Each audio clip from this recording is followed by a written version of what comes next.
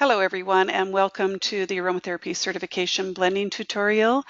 Cooper and I are going to take you through some of the questions that have been asked about doing a case study. And this is in your manual, but sometimes it's easier to actually hear somebody talking about it and giving examples. So hopefully this is helpful to you. We've done one live blending tutorial and we're doing another one live tonight, but we thought it would be also helpful to have one that's pre-recorded where you can go to the student login section of the website and listen to it at your leisure. So with no further ado, we're going to get started on this. And so why blend? There's certainly in aromatherapy, there are times when you might want to just use a single essential oil, but typically in aromatherapy, we do blend. We do use more than one essential oil for a condition. And there's a number of reasons why this is true.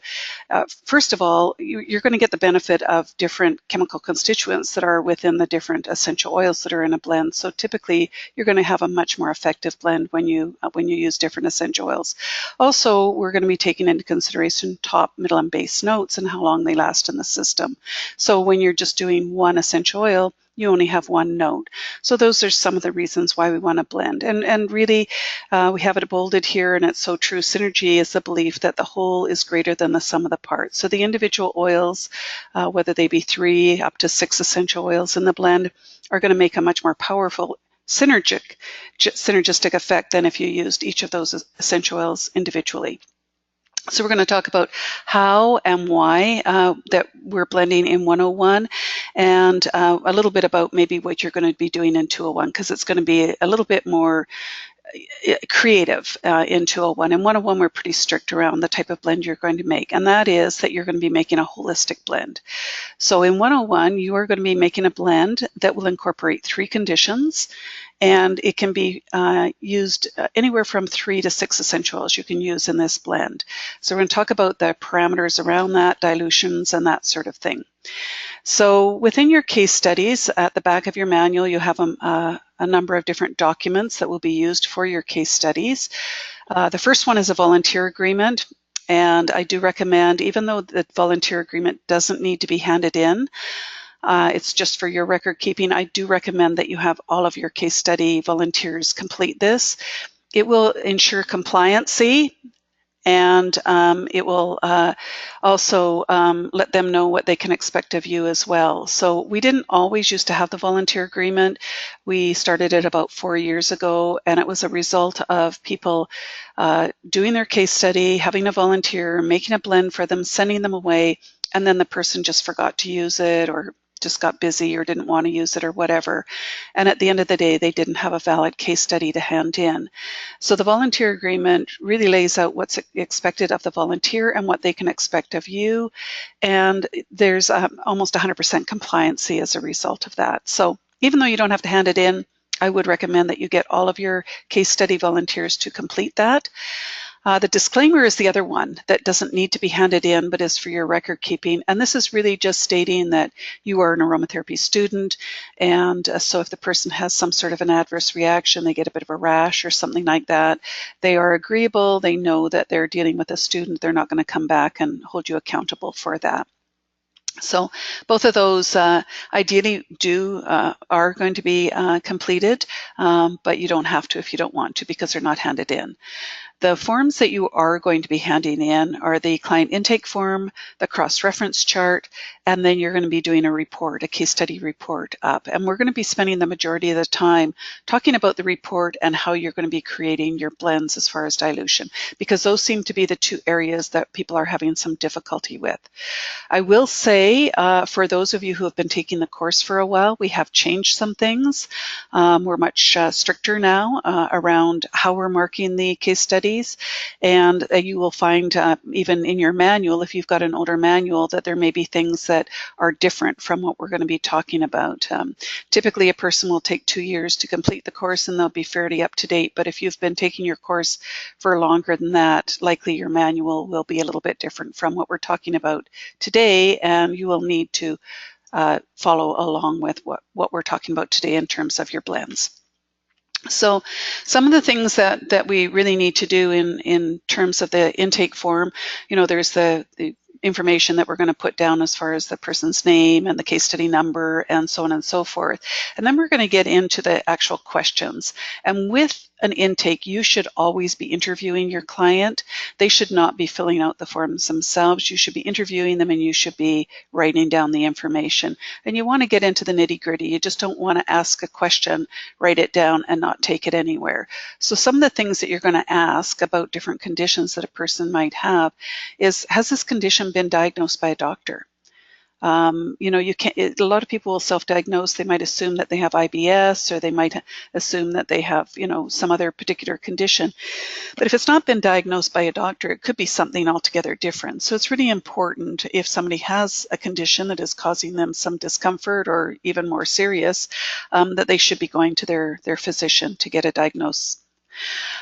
Is the client currently under the care of a doctor or other medical professional? And if so, are they taking medications based on what the doctor has prescribed for that condition?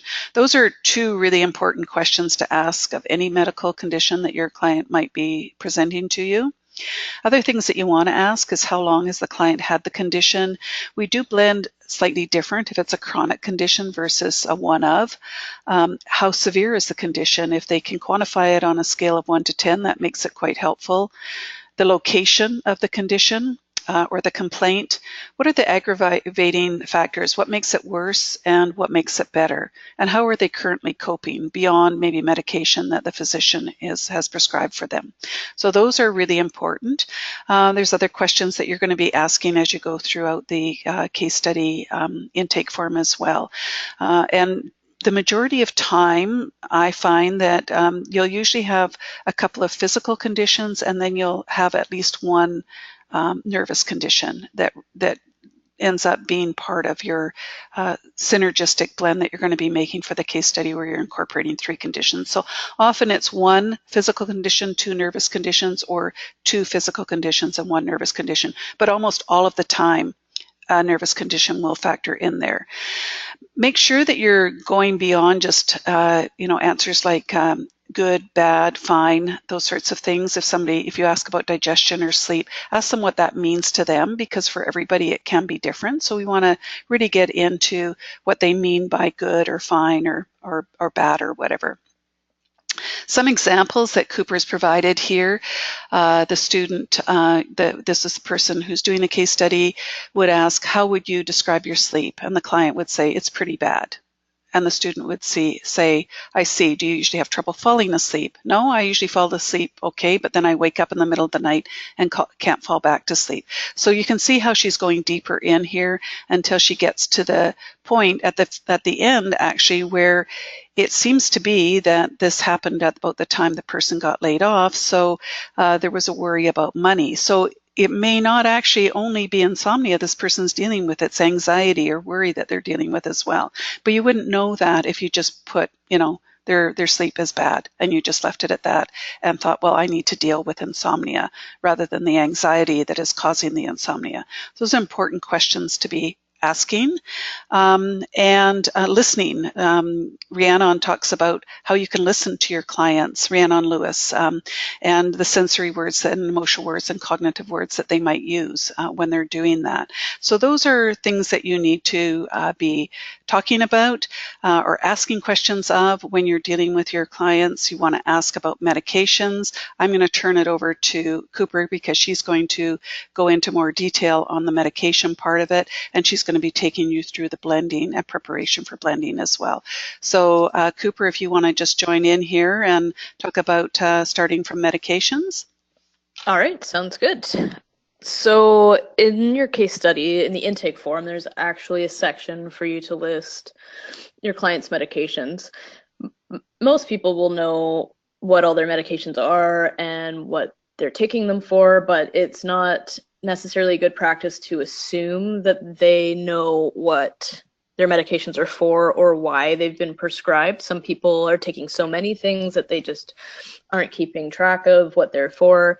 Also, it's quite common that people will tell you at the beginning of their intake, oh, I don't have any medical problems, everything's fine, I'm perfectly healthy, and then you'll find out that they actually might have high blood pressure or any number of things that, because they're basically being controlled by the medication. They've kind of forgotten about it. So you can tell a little bit more about your client's health by kind of digging into their medications a little bit more. The most important thing to do if you don't know what the medication is for is to look it up. And Google is actually, I mean, it's not necessarily the most reliable thing to search things on the internet all the time, but Google's actually quite good for checking medications because it will pull up various sites, even from pharmaceutical companies and stuff, that are really clear about what certain medications are for. So that's always a good option.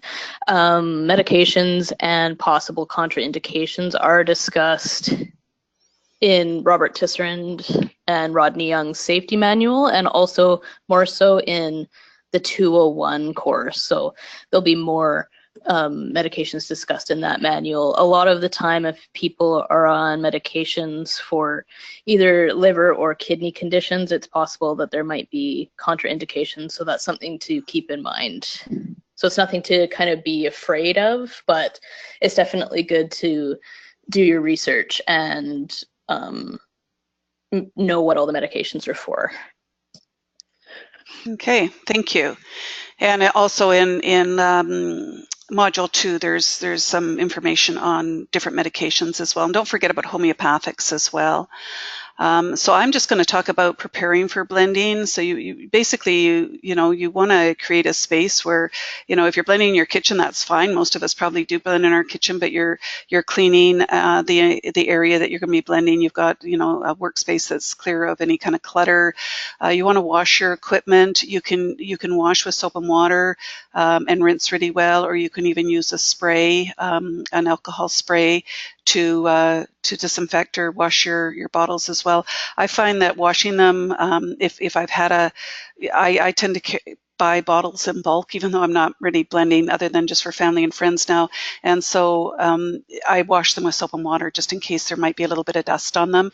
And then I will spray them with an alcohol spray. It's usually about 70% alcohol and 30% distilled water. So make sure that your equipment and your bottles are clean, and make sure that you're not putting your fingers on the dropper or the reducer or anything. You might contaminate the oil or the blend. I like to wear gloves when pouring. If you do spill a little bit, you're protecting yourself against potential sensitization if you're wearing gloves while you're pouring or while you're blending essential oil. And keep a detailed record. So having a list, I use just recipe cards, and I write everything down as I'm doing it. So exactly how many drops I've put in the blend and so on. And make sure also that you're working in a well-ventilated area, because you might not even realize it, but you can be in that environment for a couple of hours and all of a sudden you start to get a headache, and that's an indication that you're starting to be overloaded with essential oils. So either take frequent fresh air breaks or make sure that you're working in a well-ventilated area when you are blending. So Cooper is going to take you through the blending guidelines and through the actual case study reports that you're going to be completing. So I'm going to pass it back over to her, and she will explain everything as far as the blending guidelines and the actual blend. All right. So in 101, with the exception of only skin conditions, you're going to be making holistic blends. So that means using your cross-reference chart, which we'll discuss a little bit more later. You're going to be looking at 3 different conditions. A lot of times a person might come to you with one primary complaint, like they can't sleep or something like that, and then throughout the intake form and talking to your client a little bit, you can decide together what the other 2 conditions might be that you would like to blend for. A lot of what you're going to consider while you are making your blend is what is the most effective means of application and something that's going to actually be practical and convenient for your client.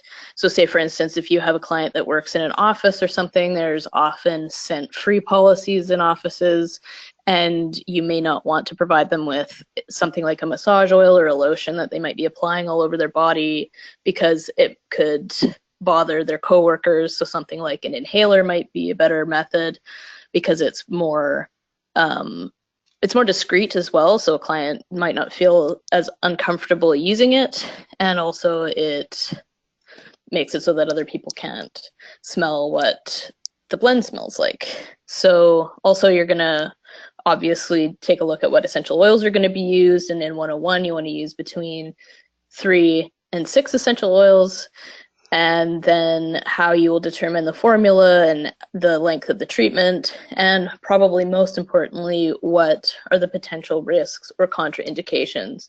And it's, if you find anything that your client should know about, definitely make sure that they're aware of that. And something that's fairly common around contraindications would be phototoxicity. So just making your client aware that you may have made them a massage oil that has bergamot in it, for instance, that it could be phototoxic on their skin, so that they would need to stay out of the sun for 12 hours. So they just need to have all of the information that they need to use the product safely. Okay, thank you. All right, I'm going to take you through the cross-reference chart, and this is just an easy way to determine how you can make one blend for 3 conditions. You don't, other than just sort of grasping at different essentials out of the air, it would be kind of difficult to determine that without having some kind of a chart to put it on. So here we have a scenario where we have Mr. Smith who suffers from muscular aches and pains. And then in the course of taking the client intake form, we found out that he has a low immune system and anxiety. So number one, first of all, we're going to be talking about that low immune system.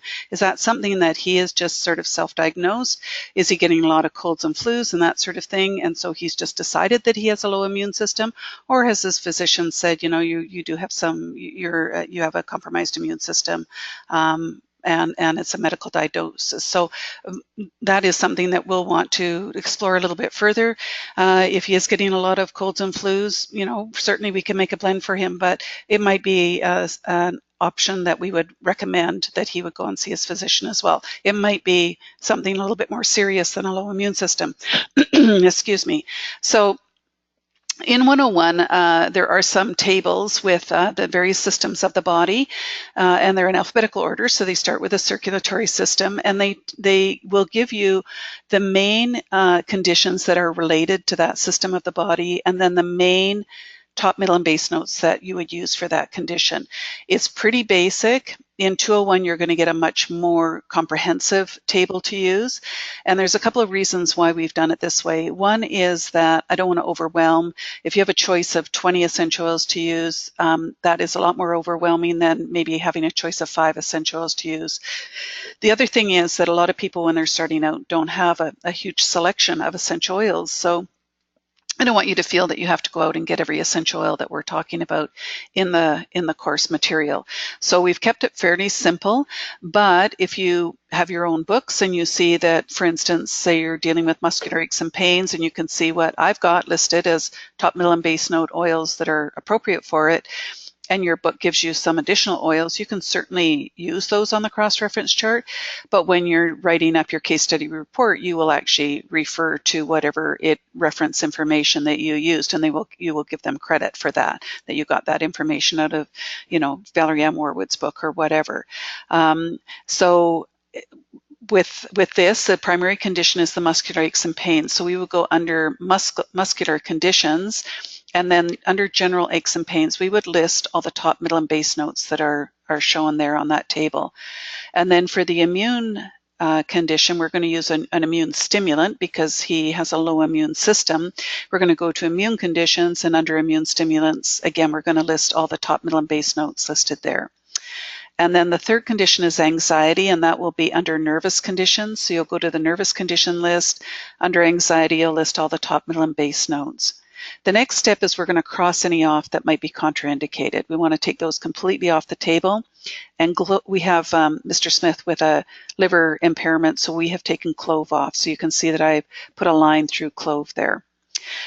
Then we will take a look and see what top notes do we have in common, what middle notes do we have in common, and what base notes do we have in common. So we can see that thyme shows up in all 3 conditions under the top note. And rosemary shows up under all 3 conditions in the middle note. But the base note, we don't have any that show up in all 3 conditions. We have 3 that show up in 2 out of the 3 conditions. So benzoin shows up under muscular aches and pains, and it also shows up under anxiety. Cedarwood and frankincense show up under immune stimulants and under anxiety, but benzoin isn't there. So at this point, and this is quite typical, at this point you have a choice to be made. It might be what essentials you have in stock. You might have benzoin, but you might not have cedarwood and frankincense. That makes the decision really easy. Or it might be just what you would prefer to use. If it was me, I generally would use the one that's showing up under the primary condition, just because that's what the person has come to me for. But I will say that benzoin can be a bit difficult to work with. It is quite viscous, and it can be, it's difficult to get a drop of benzoin out. It's more like a blob.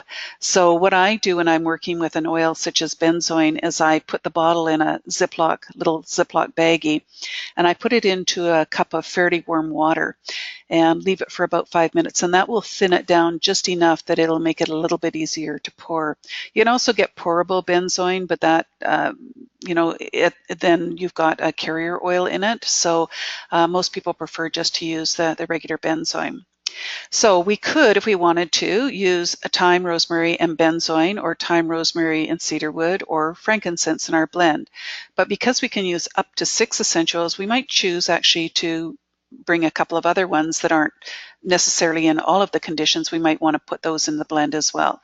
So let's say you want to do that. Let's say we want to use chamomile, lavender, marjoram, and rosemary under the middle notes of the muscular aches and pains, because we do see that they show up under other conditions as well, under the anxiety conditions.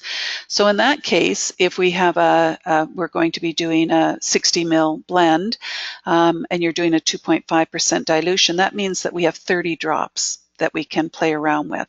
And because the bulk of the blend is always the middle note in 101, then what we could do is we could do, say, 16 drops of middle note, and we could do 4 drops of each: chamomile, lavender, marjoram, and rosemary. And then we could do 10 drops of thyme, and then always the least amount is the base. So then we would do 4 drops of base, and that would total 30.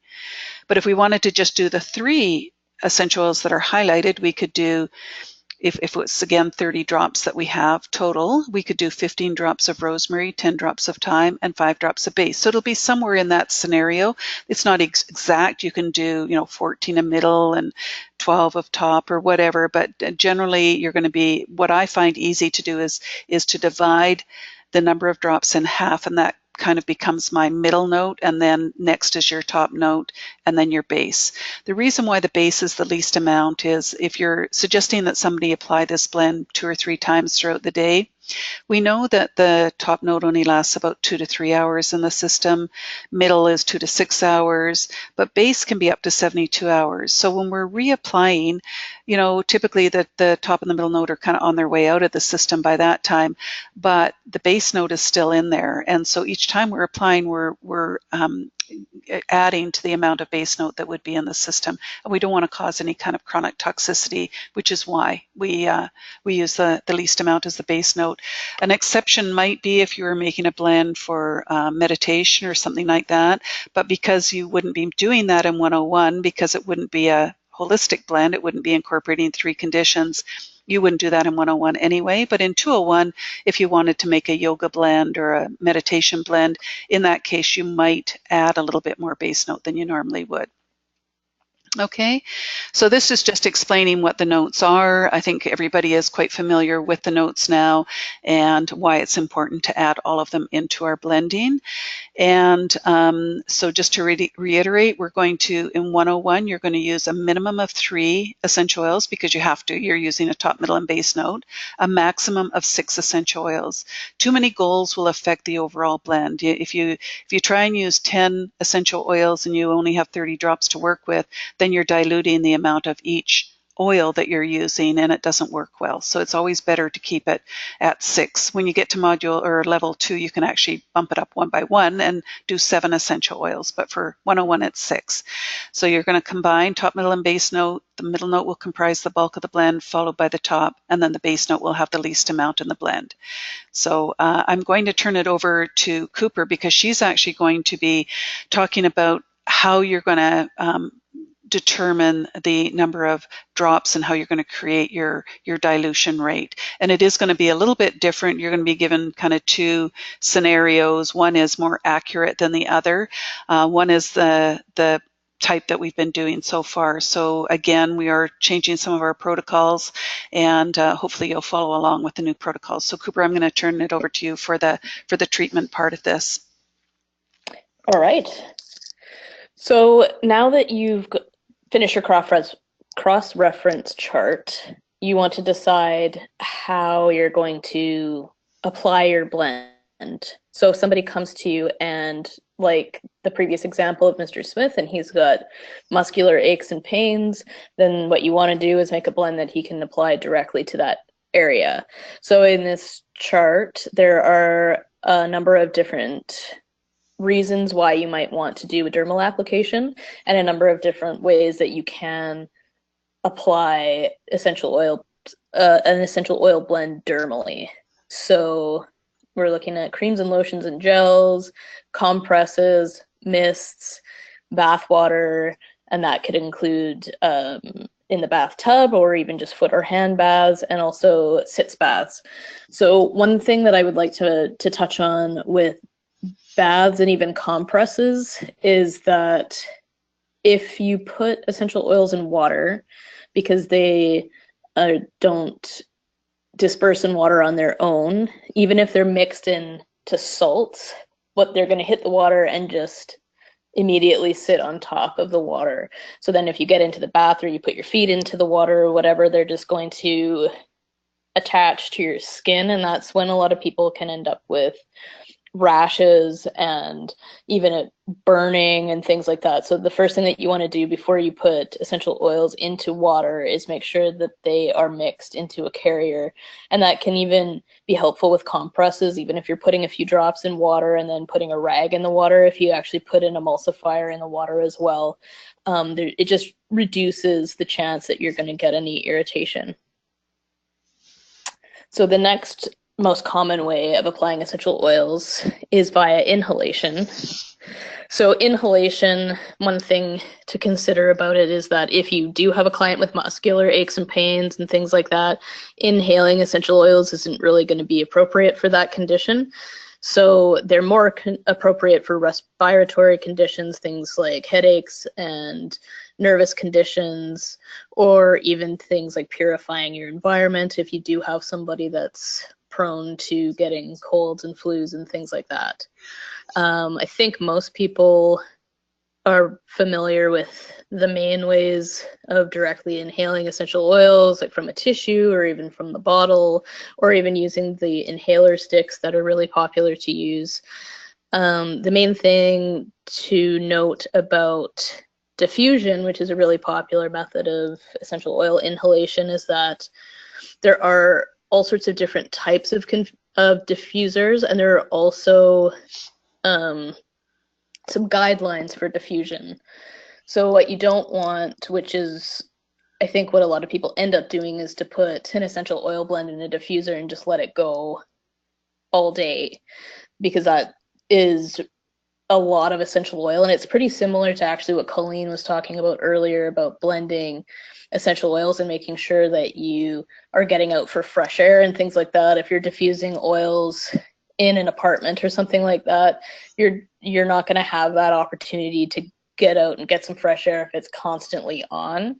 So I have added on the next page a little blurb from Robert Tisserand about essential oil diffusion, and that intermittent, especially if you can actually detect the scent of the blend, is probably the better way to go. So 30 to 60 minutes, and then make sure that you're taking a break of about the same amount of time in between. And the only other way to do it that you don't necessarily have to worry about the length of time is if you're putting so little essential oil into the diffuser that you can't actually detect the scent, and then it's kind of okay to just let it go as long as you like. Okay, thank you. So you were going to talk about formula and dosages too, Yeah. Cooper. Yeah. Okay, so I think everybody again is probably really familiar with this table that comes out of your manual. Um, when you're blending essential oils, you're going to blend either high, normal, or low dilutions. If you're blending in the normal to low range, then that's okay for pretty much anything as long as you're sticking into basically the demographic that you're blending for, like adults versus children or elderly people. A high dilution is going to be on the far end of even this table. So a 5% dilution for the adult body would be considered high. So anything 5% or above, you're going to want to have a rationale or a reason for blending at that percentage. So something that might be a reason for doing that is that you're dealing with an acute condition. So something that's kind of sudden onset and you're not expecting it to last very long, like somebody's got a bruise or something like that, or like a cold muscle, or they have a bout of the cold or something that you're not expecting to last for weeks and weeks. A chronic condition comes into play when a condition has lasted for more than 3 months. So at that point, you're going to want to look at blending for a chronic condition, which is going to mean that you're going to want to blend a lower dosage overall. And a lot of people have trouble figuring out how long to ask a client to use their blend. If you are blending for a chronic condition, you're going to want to look at how many months the person's been suffering from that condition and convert that into weeks of treatment. So if somebody's had a chronic condition, say bronchitis or something, for a year, so 12 months, then you're going to convert that into a 12-week treatment plan.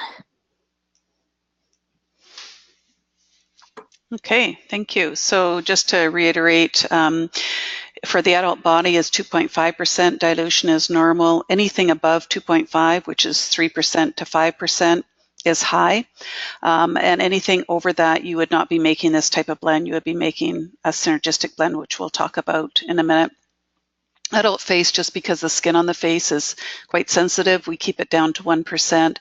And adult body and face during pregnancy and breastfeeding is 1%. And also don't forget that there are the contraindications for breastfeeding and pregnancy in Module 1. Go and check those out. Elderly is really, it's difficult to define what elderly is. And as I get older, the age gets older as well. So, I would consider somebody who's elderly now probably more in their 80s, but it really is more lifestyle as well. So if you have an elderly person or an 80-year-old person who is very, very active, I have a friend who is turning 80 and he recently hiked down the Grand Canyon and back up again. And so his body is working very efficiently, and that's the reason that we lower the dilution for elderly. Is typically an elderly person, their bodies have started to slow down. So if you have a very active 80-year-old, you might consider them at a 2.5% dilution might be normal. Or if you have a very sedentary 60-year-old, then you might consider that the elderly dilution would be more appropriate for them. So this will be a call that you'll have to make based on lifestyle and how active the person is. And also with that, we don't actually have it in here, but if you have somebody who is maybe confined to a wheelchair, or just because of some kind of a condition or disability that they might have that they're not able to be very physically active, then you probably want to lower the dilution rate for them as well, because it's likely that their body is not excreting it out as effectively as somebody who is more active. According to children, it depends on their age. So children 10 and up are adult dilution. But if you have somebody who's quite small for their age, a 10-year-old who's quite small for the age, then you might want to bump them down to the 5 to 10-year-old. And then you'll see as you go down that it just gets lower and lower and lower. There's some other examples of dilution rates here for people who do massage like RMTs. 3 to 4 drops max at one time. So it doesn't matter whether you've got it in 15 ml of carrier oil or if you've got it in 60 ml of carrier oil. If that full amount is being applied to the person in one massage, 3 to 4 drops is the max that you're going to be able to use. And then, Cooper talked a little bit about compresses. This is the number of drops you can put in a compress. And then if you're making salves and ointments, creams, inhalations, shampoos, that sort of thing, gives you an idea of how many drops would be recommended to put in there. Okay. So this is a therapeutic synergy, and a therapeutic synergy is very different from the other type of blend we were talking about. The other type of blend is one that can be applied to a fairly large surface area of the body, so it's appropriate if somebody has, a full back issue, muscular issue, or something like that. Whereas the synergy, the max that can be used at one time is 2 to 3 drops. So it is only appropriate for smaller areas. So for a digestive issue, for instance, a couple of drops on the fingers massaged in a clockwise motion on the stomach will help with a digestive issue. If somebody has arthritis in their knees, you likely could spread 2 to 3 drops, maybe on one knee. Rheumatoid arthritis in the knuckles, those sorts of things, tension in the neck. Smaller areas where you can actually spread 2 to 3 drops would be appropriate, but other than that, you should be using the other blend. So with a synergy, because it's much more, it's much stronger, it's got a much higher dilution, we actually have much less that can be used. And Cooper's going to get into the actual dilution rates for a synergy and also for the other type of blends as well, where you can apply it more liberally. A lot of people like to use roller bottles. Roller bottles are difficult because you don't know exactly how much is being applied at one time. You can't count the drops, but I would say maybe one roll of the roller bottle for about maybe an inch and a half would be the equivalent to a couple of drops of essential oil. So that is the other type of blend that you'll be making, which is a synergy. You're also going to combine top, middle, and base note in your synergy. You can use 3 to 6 essential oils in your synergy, so that part is the same. It's just that it's much, much more concentrated. So I'm going to turn it over to Cooper for length of treatment and frequency of use, and then actually calculating the percentages and formulas and dosages. All right. So I talked a little bit about the chronic conditions above. So again, you're going to want to take into consideration the years that somebody has had a certain condition and convert that into weeks of treatment. If it's a skin condition, you're going to want to apply that consistently for at least 30 days and typically twice a day, maybe morning and evening, and just to give the blend enough time to do what it needs to do. And if it's something like pain reduction, I think that's more of a kind of common sense thing, that you just apply it as needed, and if it's sore, and until it isn't, basically. So I think that covers the length of treatment and frequency of use. This table makes it a little bit easier so that you're not kind of feeling like you have to make it up on the spot. Okay. So the first thing about calculating formulas and dosages is that there are between 20 and 40 drops of essential oil in a milliliter. It's basically 20 to 40 drops of any liquid in a milliliter. So one thing to consider, and the reason why there's such a big range, is that essential oils have different thicknesses or viscosities. So Colleen was talking about benzoin earlier. It is a very, very thick essential oil, like she was saying, so it's really actually difficult to get it out of the bottle. So when you finally get a drop, it's going to be a lot larger than a really, really thin essential oil that pours out of the bottle really quickly. Also, another thing to note is that not all essential oil distributors use the same size reducers in their bottles, so some might even be twice as big as another, so then obviously your drop size is going to be a lot larger. The reason why we like to use the ratio of 20 drops of liquid, or 20 drops of essential oil equaling about a milliliter, is that you're kind of erring on the side of caution. So you're not assuming 40 drops and then possibly dispensing twice as much, which would be 80 drops, which then could put you at risk of possibly going over the safety recommendations for that essential oil. So what we're really doing is going, okay, we are going to assume 20 drops at the maximum level. It could be 40 because of this range, but that should keep us within a safe dilution rate of essential oils. If you tend to buy your essential oils from the same suppliers, or if you get used to the different suppliers that you're using and you can see the differences in their bottles, you'll have a better idea of what you're actually dispensing the more that you play around with different packaging and different suppliers. You'll get used to the kinds of products that you like to use and get a better idea of exactly how much you're dispensing. There are more accurate ways of dispensing essential oils, which you might want to do if you're making stock blends to make a lot of different products, and those can include using something like a graduated cylinder, so properly calibrated, basically chemistry glassware, or you can also dispense by weight, which is a lot more accurate because you're not making that original assumption of 20 drops in a milliliter of liquid. And I've got a few different types of examples of calculations in Appendix 1. So for case study formatting, I'd kind of like to tighten this up a little bit so that it keeps things a little bit more organized for me and also in your file. General formatting would be to put your case studies in the specific file name so that I know immediately when I see the file what case number it is and whose case study it is, which is really important, and whether it's a 101 or 201 case study. Your required documents are always going to be the intake form, a cross-reference chart, and the write-up. I do find fairly often that people are just submitting their write-up without these other forms, so it's important to remember that those are actually required. Like Colleen was discussing before, the only ones that are for your own record that you don't actually have to submit are the volunteer agreement and the disclaimer. So you can keep those for yourself for your own records, but the other ones are required. Ideally, if all of these forms and your write-up could be in the same file, it'll make it less likely that I'm going to misplace things and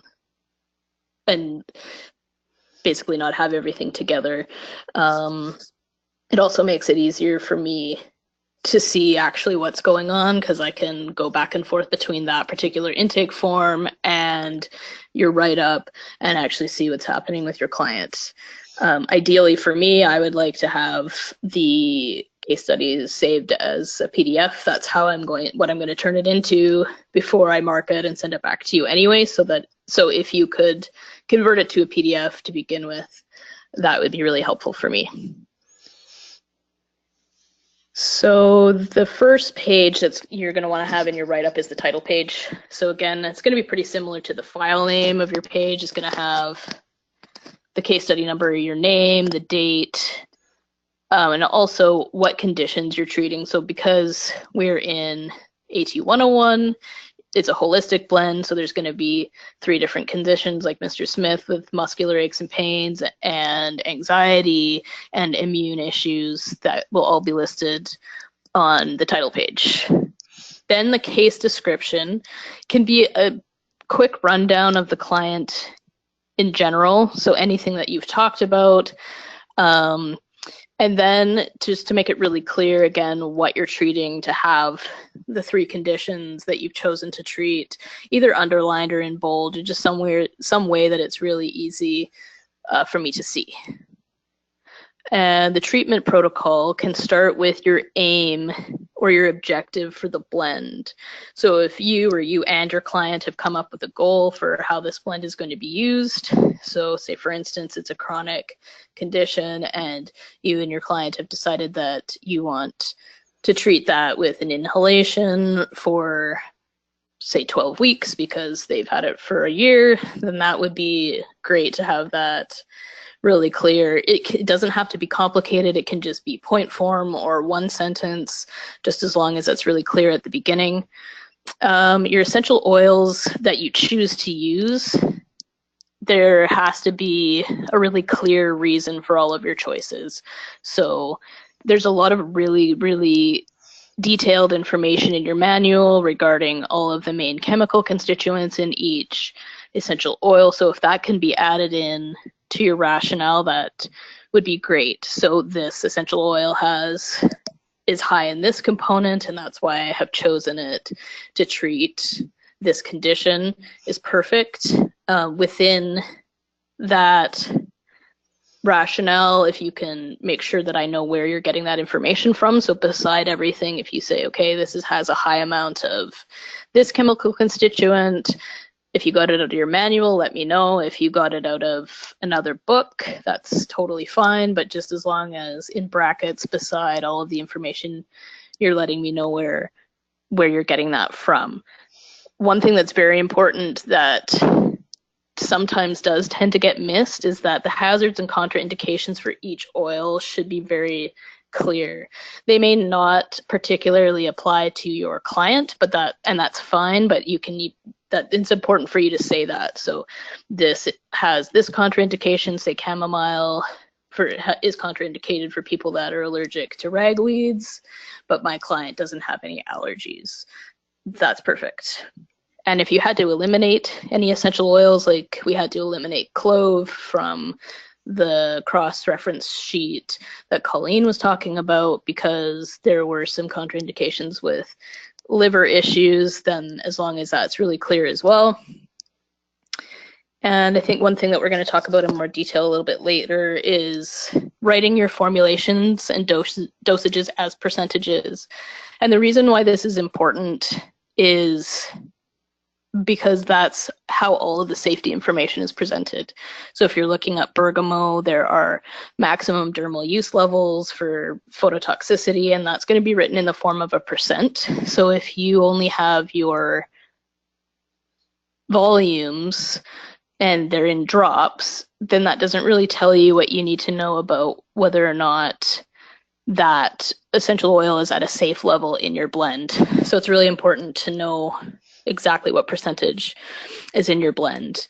The mode of application should be very clear. I think a lot of people do tend to want to make several different blends. And I think it's all an effort of really trying to help your client as much as possible. But I think a lot of times simple is the best. So if you can choose one blend and that's kind of the idea behind the holistic blend as well, is that it should be the 3 to 6 essential oils in one blend that's going to be useful for 3 different conditions, then that would be great. A lot of people are making maybe even 3 or 4 separate blends, and it does tend to get really complicated really quickly, and it makes it a lot harder for your client to continue using the blend in the way that you have intended them to, because it does get a little bit time consuming and complicated to remember all of the instructions. I think there are certain situations, like if your client does work in an office or something like that, that you might want to offer them the option of having the same blend in an inhaler just so that they could use it when they're out of the house. That kind of thing is okay, but maybe just stick to 2 maximum. And if you're choosing to do 2, maybe it's just because you know that during certain parts of your client's day, this other way to use the same blend is going to be more convenient. And then you're going to want the frequency and duration of treatment, which is basically what we've discussed above about whether it's a skin condition, if it's acute or chronic, and that just needs to be clearly shown in your report.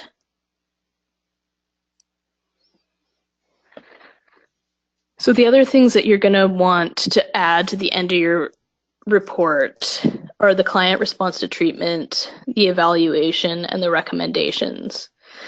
So the client response to treatment, it's really important to try to follow up with your client within a couple of days of you giving them their blend.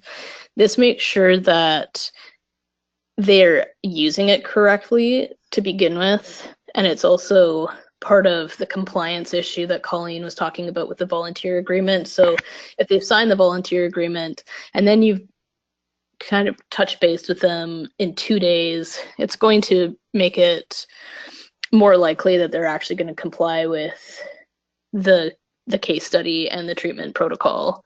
It's also really important that you know immediately if they're having any adverse reactions. So if they do have any adverse reactions, that you can tell them as soon as possible to discontinue use of the essential oil. After that initial touching base with your client, you should follow up with them a minimum of 3 times during the treatment so that you can get a good idea of how things are working for your client and you can actually see the progression over time.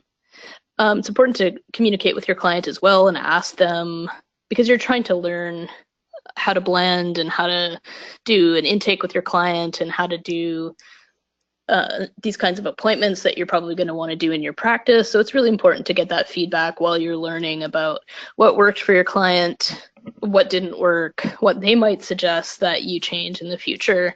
And then you can kind of reflect on that yourself and ask yourself the same questions: what worked, what could be changed.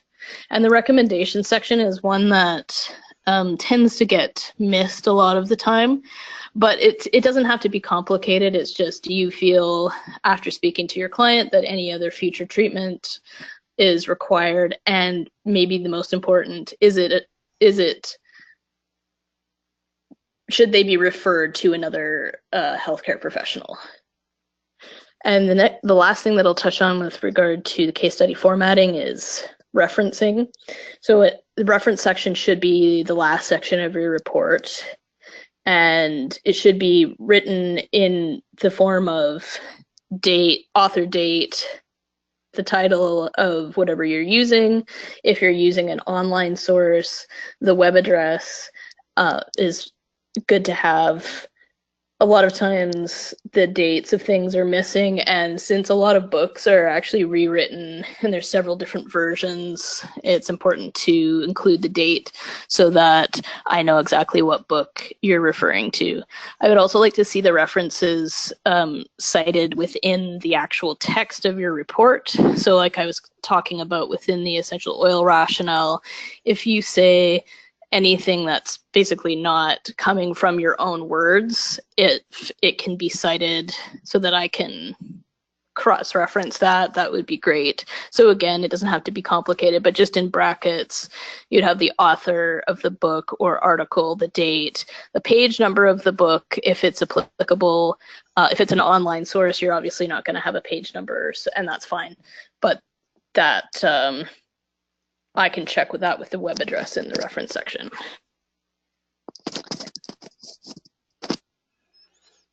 Okay, now we get to the really important stuff here, and that's the calculations. So Cooper's going to take you through that. So the basic formula again is up top in red. So that's the 20 drops of liquid equaling about 1 ml. So again, just to reiterate that this is an assumption. This isn't like a hard and fast fact that 20 drops equals 1 milliliter, but this is the assumption that we're going to use in order to actually be able to calculate our formulas.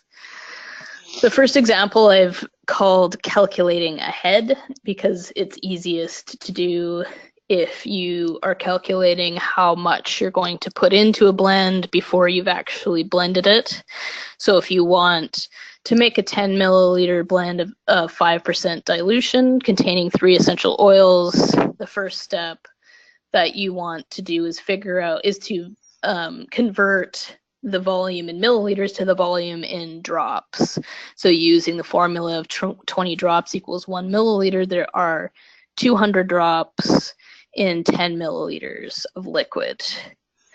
Then to make the 5% dilution, you'll go through step 2 to figure out how much total essential oil that you're going to use and then how much carrier. So in this case, multiplying 200 drops by 5%, you're going to come up with 10 drops of essential oil, and then all you have to do is subtract 10 drops from the total volume of 200 drops to get 190 drops of carrier. And then step 3 would be to determine the actual percentages of each essential oil. So for the sake of this example, there's 3 drops of the first essential oil, which would probably be the top note, 5 drops of the middle note or essential oil 2, and 2 drops of the base note of essential oil 3. So then all you have to do from there is a percentage calculation. So 3 drops into 100 drops total times 100% is 1.5%, and so on. And you can do a similar calculation for the carrier. So it would be 190 drops out of 200 drops to get your 95% carrier. And the easy way to check that you've done the math correctly is just to add all those percentages up, and it should equal 100%. Okay. So the second example is what typically happens during case studies. So I've called this calculating after. So basically, if you've poured 10 milliliters of carrier into your packaging and then you have added your essential oils on top, which is a pretty common way of blending, this calculation is just to show that you're not actually getting, I think the assumption is that that's going to be a 5% blend, but this calculation shows that your blend is actually more dilute than you're expecting if you blend it this way. So what you're adding with 10 drops of essential oil is an extra 10 drops to the total volume, which is 200 drops. So your total volume is actually 210 drops instead of 200. So you're going to do all of your percentage calculations using 210 drops instead of 200, and they're going to be a little bit less than the example number 1, which is you're not adding the entire 10 milliliters in the form of carrier oil and then adding essential oil on top. There's really nothing wrong with doing it the second way.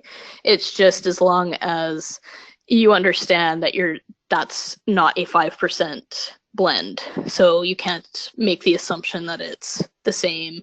Because if it's 20 drops of essential oil in a milliliter, you can quickly add up quite a few milliliters that you're adding, especially if you're blending larger blends overall, like 60 milliliters and up, and you've got 30 milliliters of essential oil, you're actually adding another more than a milliliter to your total volume. So it's not that there's anything wrong with doing it this way, it's just to know that it's not precisely what you might be expecting it to be.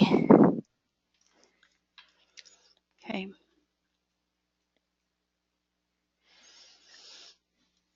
And again, I think, Colleen, you might want to touch on this a little bit. This example number 3 is the most accurate way using the drop method of using diluted essential oils. But I know we've talked about this a little bit. And if you've purchased, say, a 5% neroli and jojoba, and you want to add 3 drops, that's going to end up being quite a lot of the essential oil that you've purchased in one blend. So I don't know. Yeah, you might want to touch on this, Colleen, and the convention around that. Thank you.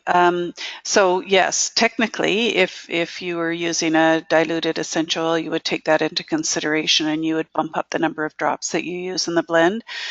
The trouble with that is that most of the pre-diluted essential oils, number 1, are very strong because they're the expensive ones because it took so much plant material to get that amount of essential oil.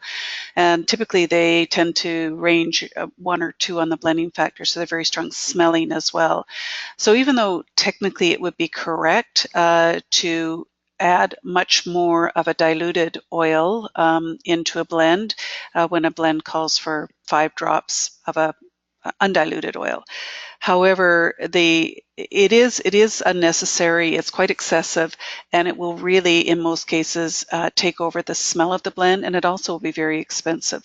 The other thing is that with these particular precious essential oils, they tend to be the ones that are a little bit environmentally maybe shaky. We want to make sure that we're not promoting any kind of conservation issue on them.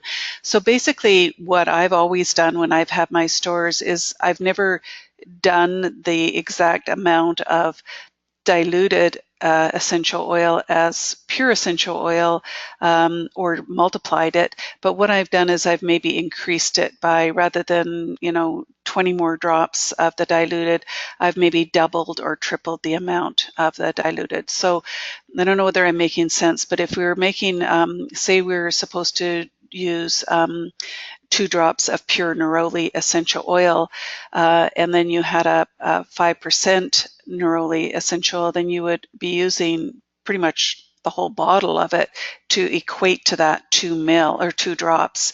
And so what most people do is they will just maybe use 4 to 6 drops of the diluted essential oil, even though technically it is not equating to an undiluted oil.